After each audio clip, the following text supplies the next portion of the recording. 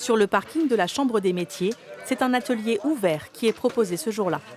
Les freins sont morts, Ok. donc je vous en ai ramené des neufs. Je sais pas si ça ira. Ouais, il y a avant-arrière, c'est ça? A priori, tout est mort. Ah oui, effectivement.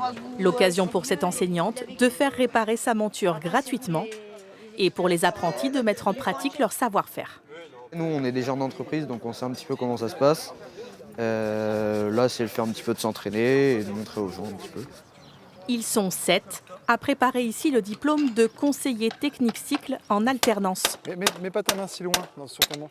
Ouais. Âgés de 15 à 46 ans, c'est presque toujours leur amour du vélo qui les a conduits sur cette route, à l'image de Tom.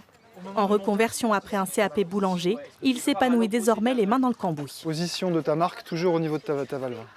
Moi, là où je travaille, on est un atelier recyclerie, donc on récupère les vélos des déchetteries ou des vélos que les gens nous donnent. On les recycle pour ceux qui sont réparables et ensuite on les revend en occasion. Cette formation d'1 an associe mécanique, vente et gestion, une polyvalence recherchée par les entreprises, alors que la pratique du vélo continue de se développer. Sortie de Covid, il y a eu un boom, une euphorie pendant 2 ans, 3 ans. On a eu vraiment Et là, c'est vrai que ça s'est retassé un petit peu, c'est revenu un peu à des chiffres d'avant Covid, mais toujours en progression. Donc là, ça repart et on a des demandes qui sont fortes des différentes entreprises du coin. Ils cherchent justement des gens formés avec cette technicité et en capacité de pouvoir répondre au marché actuel, quoi.